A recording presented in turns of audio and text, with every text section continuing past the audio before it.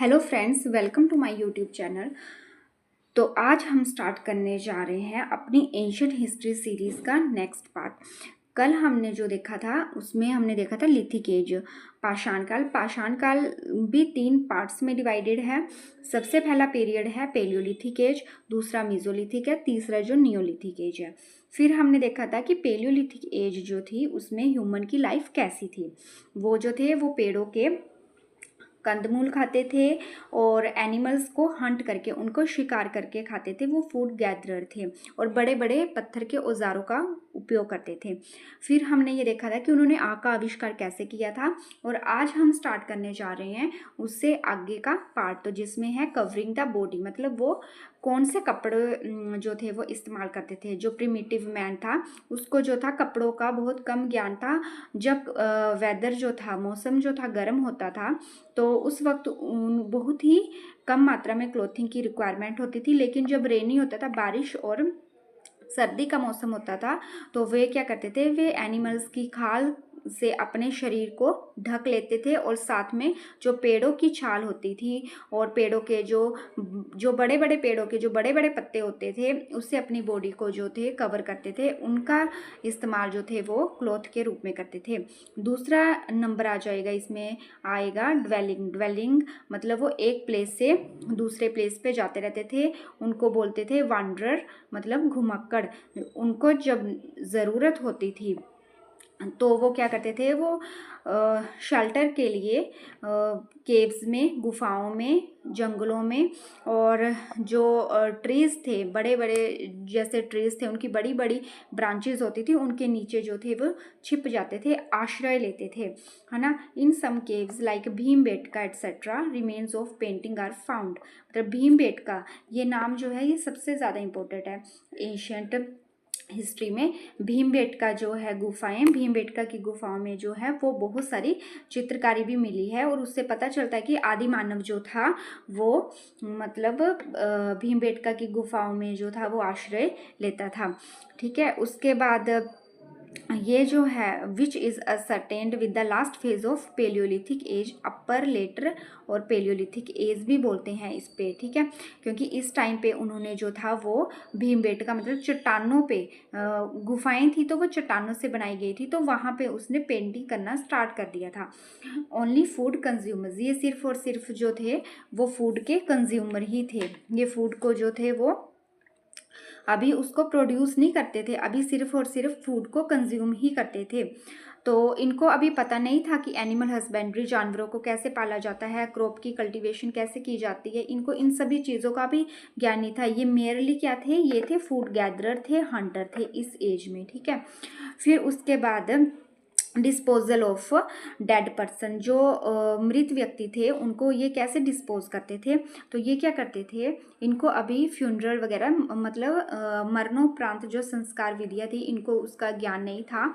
ये dead persons को जो थे वो ओपन में ही छोड़ देते थे। जैसे कोई उस टाइम पे मर जाता था तो ये क्या करते थे, उनको ओपन में छोड़ देते थे विदाउट परफॉर्मिंग एनी रिचुअल, और जिसकी वजह से जब वो उनके मतलब जो डेड बॉडीज़ जो थी वो सड़ जाती थी, या फिर जो डेड बॉडीज़ जो खुद ही सड़ जाती थी, या फिर उनको बर्ड्स और एनिमल्स जो थे वो कंज्यूम कर देते थे, और इस तरह से जो थे उनको क्या किया जाता था, डिस्पोज किया जाता था।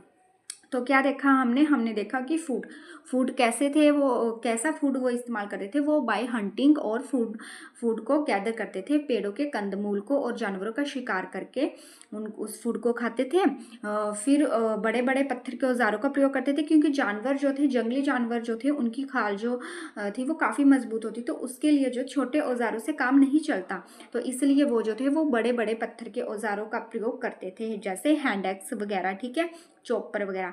फिर अपनी बॉडी को कैसे कवर करते थे, फिर उसके बाद पहले वो कच्चा मांस खाते थे, फिर बाद में जब उन्होंने आग का आविष्कार किया तो वो मांस को पकाकर खाने लगे। ठीक है, फिर उसके बाद अपनी बॉडी को कैसे कवर करते थे, वो जानवरों की खाल से और पेड़ों की छाल से अपनी बॉडी को कवर करते थे, या बड़े बड़े पत्तों से अपनी बॉडी को कवर करते थे।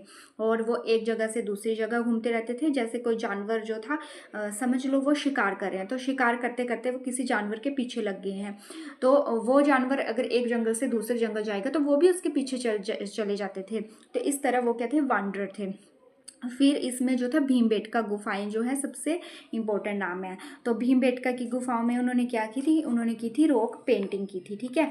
फिर उसके बाद जो है फूड, ओनली फूड कंज्यूमर थे, सिर्फ और सिर्फ फूड को कंज्यूम करना जानते थे, उसको प्रोड्यूस करना ये नहीं जानते थे, ठीक है। और लास्ट में आ जाएगा disposal of dead person. Dead person का डिस्पोजल ये कैसे करते थे, उसको ओपन में छोड़ देते थे और उस डेड बॉडी को कौन खा जाते थे, बर्ड्स खा जाते थे या फिर एनिमल्स खा जाते थे, ठीक है।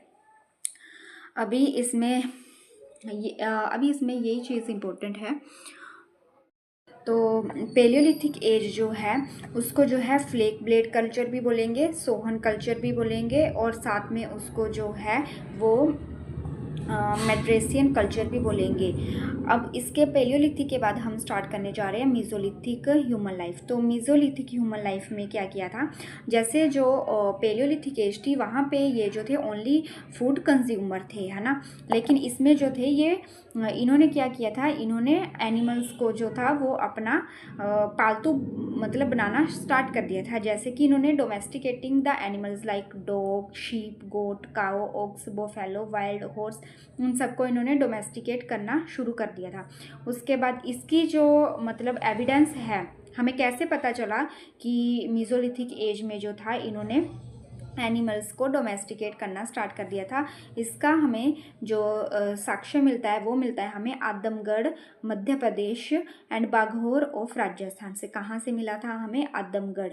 आदमगढ़ कहाँ है, आदमगढ़ है हमारा मध्य प्रदेश में, और बाघोर है राजस्थान। आदमगढ़ और बाघोर ऑफ मध्य प्रदेश एंड राजस्थान से जो है हमें इसका साक्ष्य मिलता है ना। फिर जो पेलियोलिथिक एज थी वहाँ पे इन्होंने क्या किया था, ये बरी मतलब जो डेड होते थे उनको ओपन में छोड़ देते थे, लेकिन नहीं, यहाँ पे क्या किया इन्होंने, यहाँ पे ये थोड़ा और एडवांस हो गया। इन्होंने क्या किया, इन्होंने जो डेड थे उनको इन्होंने दबाना स्टार्ट कर दिया था। और इसका हमें साक्ष्य कहाँ से मिलेगा, इसका हमें मिलेगा सरैनाहर राय and महादाहा of Pratapgarh district Uttar Pradesh से जो है हमें इसका साक्ष्य मिलता है कि इन्होंने डेड को जो था वो बरी करना स्टार्ट कर दिया था, मतलब उसको दबाना स्टार्ट कर दिया था। फिर उसके बाद इसमें जो है इसमें हमें ह्यूमन स्केल्टन भी मिला था। First of all human skeleton जो था वो हमें कहाँ मिले था, वो हमें मिले था मीजोलिथिक एज में, ठीक है। हमने देखा था कि ह्यूमन स्कल जिसमें कि वीमेन का जो स्कल मिला था, जो वीमेन का जो स्कल मिला था वो हमें मिला था पेलियोलिथिक एज में। और पेलियोलिथिक में जो था वो हमें ये हाथनोरा ऑफ होशंगाबाद ऑफ मध्य प्रदेश से जो था वो हमें मिला था ह्यूमन का स्कल। ये मिला था हमें पेलियोलिथिक में, सिर्फ और सिर्फ हमें मानव की खोपड़ी मिली थी, लेकिन जो मेसोलिथिक था वहाँ पे हमें मानव की पूरी बॉडी का स्केल्टन मिला था, है ना। वो पूरी बॉडी का स्केल्टन जो मिला था वो मिला था हमें मेसोलिथिक में, ठीक है। तो मीजोलिथिक के इम्प्लीमेंट क्या थे, मीजो से याद रखोगे माइक्रोलिथ, मतलब कि छोटे छोटे जो थे वो औजार थे, ठीक है। यह पहले जो थे बड़े थे, अब जो थे छोटे थे। क्वार्टाइज जो था वो मेन रॉ मटेरियल था, वो उस टाइम पे था, पेलियोलिथिक टाइम पे था। क्वार्टाइज जो था वो मेन रॉ मटेरियल था। From some archaeological site implements made from bone and horn are also find, मतलब कहीं कहीं जो है ऐसे भी साक्ष्य मिले हैं कि जो औजार थे और हथियार थे वो किससे बने थे, हड्डियों से बने थे या फिर सींग से बने थे, एनिमल्स के सींग से भी औजार बने थे। तो अब हम स्टार्ट करते हैं न्यूलिथिक एज और न्यू स्टोन एज। ये इसका टाइम पीरियड है 7000 से 1000 BC तक, ठीक है। और इसकी जो डिस्कवरी का क्रेडिट है वो किसको जाता है, वो जाता है डॉक्टर डॉक्टर प्रिमरोज को जो था वो इसकी डिस्कवरी का श्रेय जाता है। इन्होंने जो था वो कर्नाटका के लिंगासोर से जो था इसकी डिस्कवरी की थी, ठीक है। फिर उसके बाद जो थे जो इसके इम्प्लीमेंट्स जो थे वो मैसूरियर जो थे, ले मैसूरियर जो थे, उन्होंने टोंस रिवर वैली उत्तर प्रदेश से जो थे इसके इम्प्लीमेंट्स जो थे, नियोलिथिक एज के इम्प्लीमेंट्स जो थे वो इन्होंने खोजे थे, ठीक है। जो नियोलिथिक एज थी उसकी डिस्कवरी किसने की थी, डॉक्टर प्रिमरोज ने की थी। कहाँ से की थी इन्होंने, कर्नाटका के लिंगासोर से की थी। लेकिन जो नियोलिथिक एज के भी जो इम्प्लीमेंट्स जो थे, जो टूल्स थे, हथियार थे, वो किसने खोजे थे? वो खोजे थे मैसूरियर ने खोजे थे। और कहाँ से खोजे थे इन्होंने? उत्तर प्रदेश की टोंस रिवर वैली से खोजे थे। ठीक है। फिर इसमें जो था एक मतलब एक रेवोल्यूशन था जिसको नियोलिथिक रेवोल्यूशन के नाम से जाना जाता है। और ये मतलब इन्होंने एक थे जिनका नाम था गॉर्डन चिल्डे। गॉर्डन चिल्डे ने जो थी अपनी बुक लिखी थी जिसका नाम था man makes himself that Neolithic implements had brought a revolution in men's material life. मतलब इन्होंने बताया कि जो नियोलिथिक के इम्प्लीमेंट्स थे उन्होंने जो आदि मानव की लाइफ में एक रेवोल्यूशन सा लाया था, एक क्रांति सी लाई थी। मतलब उनकी लाइफ जो थी वो एडवांस हो गई थी, तो उसको उन्होंने उस रेवोल्यूशन का नाम दिया था नियोलिथिक रेवोल्यूशन। किसने दिया था नाम? गॉर्डन चिल्डे ने। गॉर्डन चिल्डे ने जो था इसका नाम दिया था नियोलिथिक रेवोल्यूशन। ठीक है।